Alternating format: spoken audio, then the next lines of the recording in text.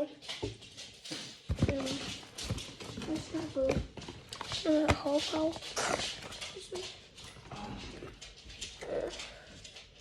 For 250 kroner i den her kuvert.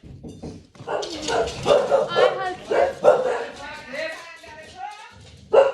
Det var bare ved at banke på ind til Nikolaj. Og så har jeg fået vores næste gavekort på 200 kroner. Hvor fint det var henne? Det var sgu.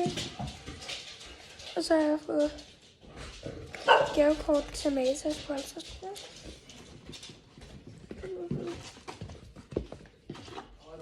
Et Hyks gavekort på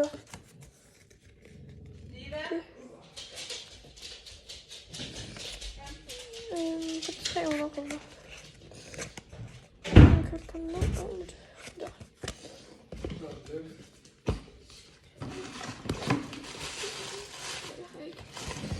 Så har jeg fået... Åh, godt ad rammen. Lige måde. Så Er I også på vej i seng? Nej. Nej. Og så har jeg fået handsker. Skal du bare sidde og spille Playstation hele natten, eller? Det ved jeg ikke. Nå, du vil lave Og det. så har jeg fået en bluse. Ja.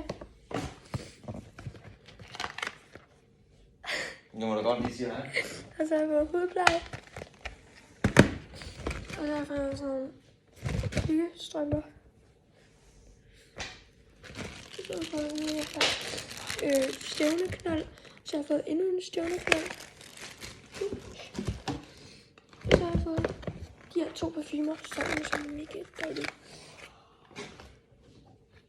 Og så har jeg fået de her stævnepersoner, som er mega behageligt stof.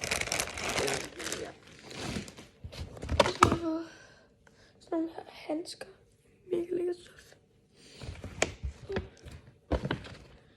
Så fik jeg sådan nogle her 2 lykkeengler.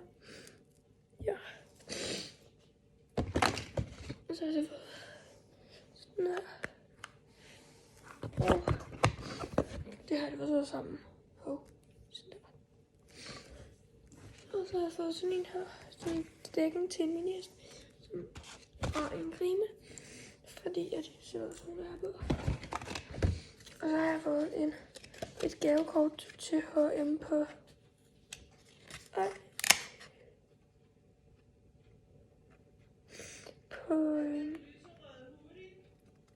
Nej, den er også hjemme hos søster. Upsi. Det ved jeg faktisk ikke. Og så har jeg fået en ny rødhjelm. Jeg skal lige se den første. Men jeg har fået en ny rødhjelm, som er hos min søster. Og så har jeg fået